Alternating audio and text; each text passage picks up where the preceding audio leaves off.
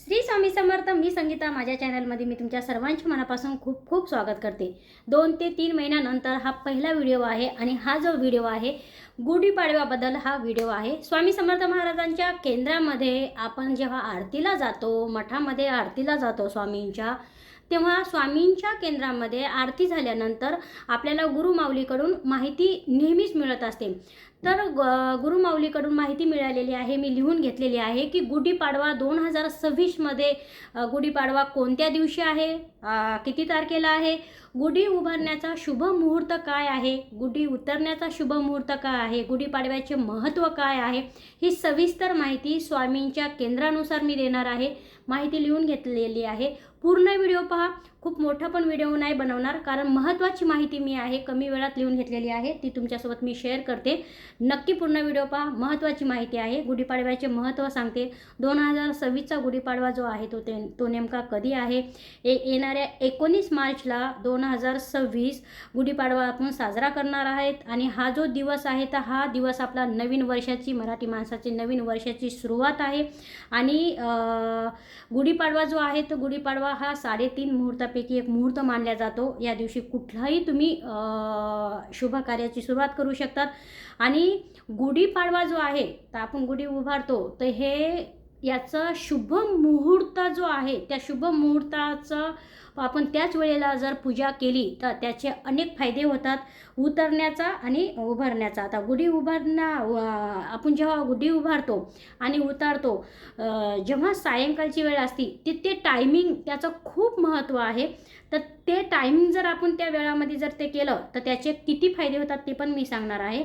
आता गुढीपाडव्याचं महत्त्व जे आहे तर आपल्या महाराष्ट्रामध्ये घराघरामध्ये हा मोठा सण उत्सवामध्ये साजरा केला जातो. गुढीपाडव्याच्या दिवशी आपण हे गुढीपाडवा एक मांगल्याचे प्रतीकसुद्धा आहे. घरोघरी हा सण साजरा केला जातात, घर सजवल्या जातं, रांगोळी काढल्या जातात. हे आपापली एक इच्छा आणि आपापला एक छंद असतो. आता काही ठिकाणी अशी आहे की म्हणजे पूर्ण घरदार असा मोठा उत्सव, म्हणजे अशी परंपरा आहे की घर सजवण्याचं, घराची सफाई करायची, नवीन वर्षाची सुरुवात जे मागच्या वर्षामध्ये काही असेल आपल्या मागं ते पूर्ण विसरून नवीन वर्षाची सुरुवात एकदम स्वच्छतेनं आणि चांगलं वर्ष जावं यांनी सुद्धा करतात, अशी परंपरासुद्धा आहे. गुढीपाडवा जो आहे तर हा 3.5 मुहूर्तापैकी एक मुहूर्त मानला जातो. 19 मार्चला आपण हा गुढीपाडवा साजरा करणार आहेत. आणि शुभ मुहूर्त, तिथी, महत्त्व. आता ही महत्त्वाचं मोजकं मी लिहून घेतलेलं आहे. आता चैत्र महिन्यातील प्रतिपदा तिथी ही 19 मार्च 2026 रोजी आहे. आणि शुभ मुहूर्त जो आहे तर 6:55 सुरू होणार आहे शुभ मुहूर्त. आणि तो मुहूर्त जो आहे तर 20 मार्च 2026 पहाटे 4:50 असेल. आणि अशा परिस्थितीमध्ये उदय तिथी जी आहे तर उदय तिथीनुसार 19 मार्च रोजी गुढीपाडवाचा हा सण आपण साजरा करणार आहेत. आता गुढीपाडव्याचा जो शुभ मुहूर्त आहे तर शुभ मुहूर्त आहे, आता कॅलेंडर सर्वांच्याच घरामध्ये असतो तर त्याच्यावरसुद्धा शुभ मुहूर्त दिलेला असतो. आता गुढीपाडवा हा शुभ मुहूर्त जो आहे तर हे 19 तारखेला आपल्याला सकाळी 6:44 ते सकाळी 8:14 हा गुढीपाडव्याचा शुभ मुहूर्त आहे. लक्षात ठेवा, 6:44 ही गुरुमाऊलीकडून माहिती आलेली आहे आणि तुमच्यासोबत लिहून घेतलेली मी शेअर करत आहे. 6:44 गुढीपाडवा उभारण्याचा शुभ मुहूर्त आहे. तर 8:14 हा या कालावधीमध्ये आपल्याला, म्हणजेच 6:45 ते 7:15 या 1.25 तासामध्ये तुम्हाला गुढी उभारण्याचा 1.25 तास मिळाले आहे. त्या वेळेमध्ये तुम्ही गुढी उभारू शकता. आता अभिजित मुहूर्ताला पण खूप महत्त्व आहे. तो मुहूर्त आहे दुपारी 12:04 12:04 जे सुरुवात होणार आहे त्या अभिजित मुहूर्ताची, ते दुपारी 12:53 अभिजित मुहूर्ताचा टायमिंग आहे. आता लाभ, आपल्याला कोणत्याही गोष्टीमध्ये लाभ व्हावा अशी प्रत्येकाची इच्छा असते. तसा लाभ मुहूर्त जो आहे तर तो आहे दुपारी 12:46 ते दुपारी 2:17 हा लाभ मुहूर्त आहे. असे 3 मुहूर्त सांगितलेले आहे. अभिजित मुहूर्त सांगितलेला आहे, लाभ मुहूर्त सांगितलेला आहे. आता अमृत मुहूर्त जे आहे तर अमृत मुहूर्त दुपारी 2:17 पासून ते दुपारी 3:49 पर्यंत अमृत मुहूर्त आहे. आता गुढी उभारण्याचा शुभ मुहूर्त हा आपल्याला 19 तारखेला संध्याकाळी गुढी उभारण्याचा गुढी जेव्हा आपण उभारतो तर सायंकाळी गुढी उतरण्याचा जो मुहूर्त आहे तो पण महत्त्वाचा असतो.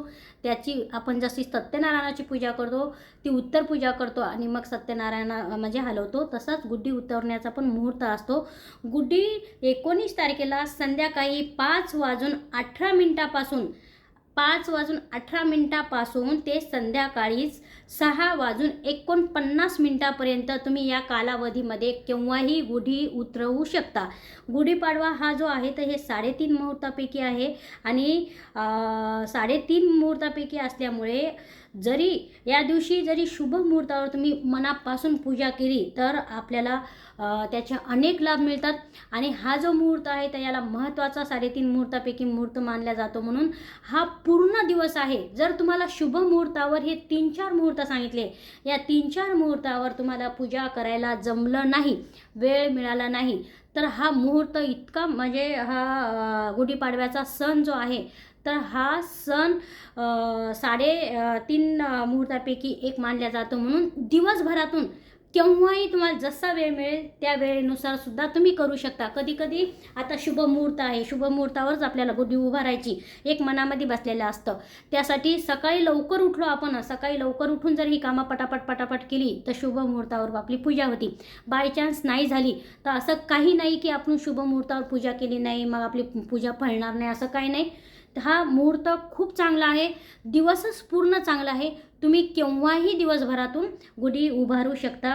पूर्ण दिवसामध्ये कधीही पूजाही करू शकता, काहीही त्याला बंधन नाही आहे, कारण हा पूर्ण शुभ दिवस मानला जातो. पण एक मुहूर्ताचं महत्त्व असतं म्हणून मी 3 मुहूर्त सांगितलेलं आहे. शुभ मुहूर्त सांगितलेला आहे सकाळी 6:44 पासून सुरू होणार आहे शुभ मुहूर्त, तर 7:15 वाजेपर्यंत, 7:45 ते 8:15 वाजेपर्यंत शुभ मुहूर्त. या वेळामध्ये तुम्ही गुढी उभारू शकता. अभिजित मुहूर्त पाहिजे असेल तर 12:04 पासून सुरू होणार आहे तर दुपारी 12:53 पर्यंत हा अभिजित मुहूर्त आहे. लाभ मुहूर्त पाहिजे असेल तुम्हाला त्या वेळेमध्ये पूजा करायची असेल तर 12:56 पासून ते दुपारी 2:17 पर्यंत हा लाभ मुहूर्त आहे.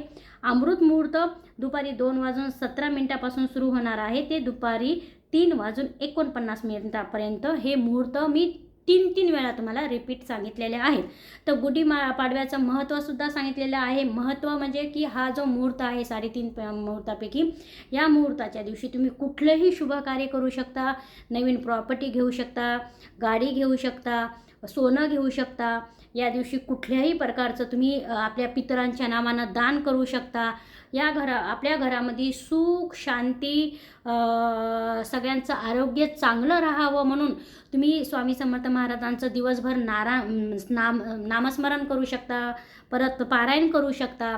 दिवसभर तुमच्या जास्तीत जास्त तुम्ही चांगले कार्य व्हावं, घरामध्ये रागराग न करता शांततेनं राहून तुम्ही हा सण मनापासून साजरा करून नामस्मरणामध्ये पूर्ण दिवस घालू शकता.